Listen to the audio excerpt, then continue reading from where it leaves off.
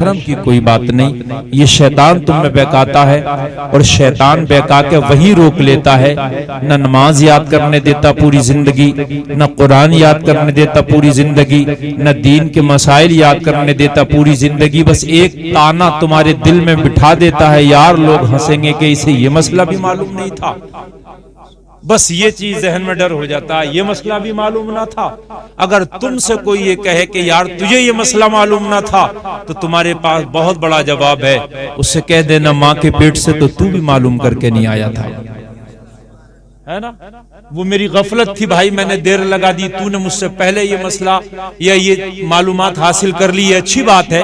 मेरी गफलत थी, मैंने देर लगा ली, मगर मेरी आंख खुली है, तो अब तो मुझे याद करने दे, अब तो मुझे याद करने दे, अब तो मुझे आप ताना ना दो। तो मेरे भाई इस चीज से न डरा करो, यार मैं मौलाना से ये चीज पूछूंगा, कोई भी, मैं हूं या कोई और हो, और जब आपको ये ताना दे के तुझे अब तक ये चीज पता नहीं थी, इतनी छोटी सी बात पता नहीं थी, तो कह देना कि माँ के पेट से तो तुम भी कुछ जान के नहीं आए थे। बात है कि नहीं मेरे भाई।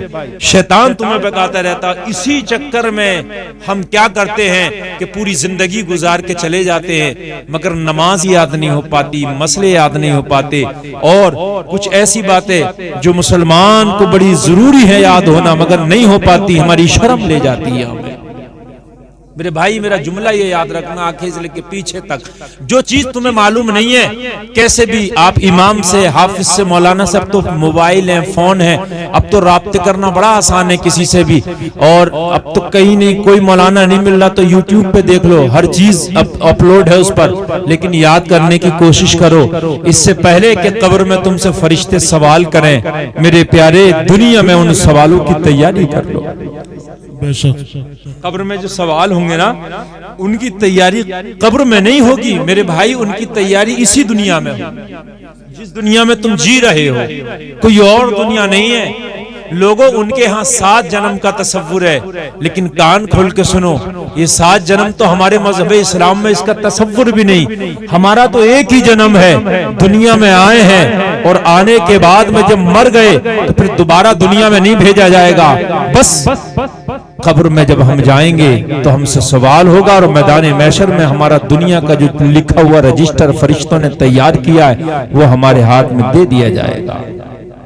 उस वक्त अगर रजिस्टर में तुम्हारी नेकियां कम हैं, बड़ा अफसोस होगा, या अल्लाह तो दोबारा से दुनिया में भेज दे, मौला तेरे सजदों के अलावा कोई दूसरा काम ही नहीं करेंगे।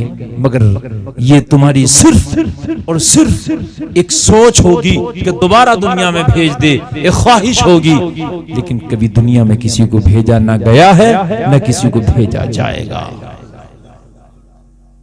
इंसान कह देता है कि भाई वो अभी तो जवानी है, मैं देख लूंगा, और यार तौबा कर लूंगा, कोई बात नहीं है, बुढ़ापे में नमाजें भी पढ़ेंगे, दाढ़ी भी रखेंगे, तौबा भी करेंगे। और मेरे मुसलमान भाई, तुम्हें पता है कि बुढ़ापा आएगा, है ना। कैसे कैसे कड़ियल नौजवानों को हमने जाते देखा। आपने अपने हाथों से दफन किया होगा कितने नौजवानों को, आपने मिट्टी दी होगी अपने कितने साथियों को, आपने कितनों के तीजे और दसमों की फातहा में शिरकत की होगी। वो जो तुम्हारे साथ बैठते थे, जिनके दाढ़ी के बाल भी काले थे, जिनके जो है सर के बाल भी काले थे, अभी उनका सर का बाल एक भी सफेद ना हुआ था, लेकिन मौत आ गई। बड़े बड़े पहलवान, बड़े बड़े ताकतवर, बड़े बड़े सूरमा, बड़े बड़े तख्त ताज वाले, बड़े बड़े पैसे वाले, बड़ी बड़ी हुकूमत वाले, बात वाले लोगों, फौज सिपाह वाले लोगों, दिरहम दिनार वाले, आपने देखा होगा कि जमीन कैसे कैसे को खा गई। हमें भी खा जाएगी कि नहीं खा जाएगी। कब्र पुकारती है रोजाना कब्र। ये चंद बातें हैं, मैं तकरीर शुरू करने से पहले जो आपसे बोल रहा हूं, रोजाना कब्र पुकारती है, ओ मेरे अंदर आने वाले गाफिल इंसान, मैं अंधेरे का घर हूं, रोशनी लेके आना। कब्र क्या कहती है? मैं अंधेरे का घर हूं, क्या लेके आना? रोशनी लेके आना।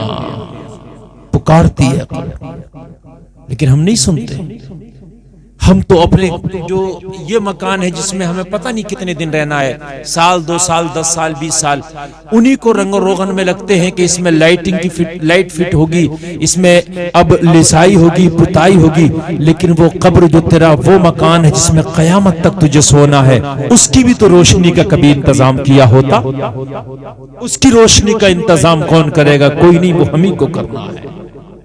आज इंशाअल्लाह नौजवानों आपको चंद अहम बातें मैं बताऊंगा। आप इस सर्दी के मौसम में तशरीफ लाए, अल्लाह आपका आना अपनी बारगाह में कबूल फरमाए। और अल्लाह ताला, देखिए बहुत सर्दी का मौसम है और आप आए हैं, ये आप बड़ी बात है। मैं ये दुआ करता हूँ हजरात, इंसान की जिंदगी बदलते हुए देर नहीं लगती जिंदगी बदलते हुए नहीं। कभी कभी तो ऐसा होता है, किसी को आप कम ना समझो, किसी को हकीर ना समझो, और ये भी ना समझो कि साहब मैं बड़ा नेक हूं, ये बहुत गुनाहगार है। जिंदगी को बदलते हुए देर नहीं लगती। कभी कभी ऐसा होता है कि इंसान के दिल पे चोट लगती है, एहसास गुनाह होता है, रब की बारगाह में तौबा करता है, अल्लाह उसे माफ करके जन्नत का हकदार बनाता है। कभी कभी ऐसा भी होता कि नहीं होता मेरे भाई? मैं आज चंद बातें आपको बताऊंगा। ये शादी की महफिल है और साहिब खाना ने बड़ा अच्छा जलसा ये सजाया है, मेहमानों को बुलाया।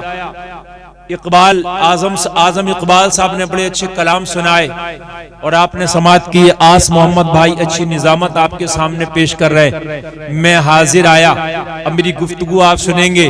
और ये बड़ा कड़ाके की सर्दी है, लेकिन फिर भी आप अपने नरम गरम बिस्तरों को छोड़ के आ गए। मैं तो एक ही दुआ करूंगा, या अल्लाह जब हम यहाँ से जाएं तो हमारे दिलों को तो अपनी रहमत की तरफ फेर देना, इससे बड़ा कोई इनाम ही नहीं।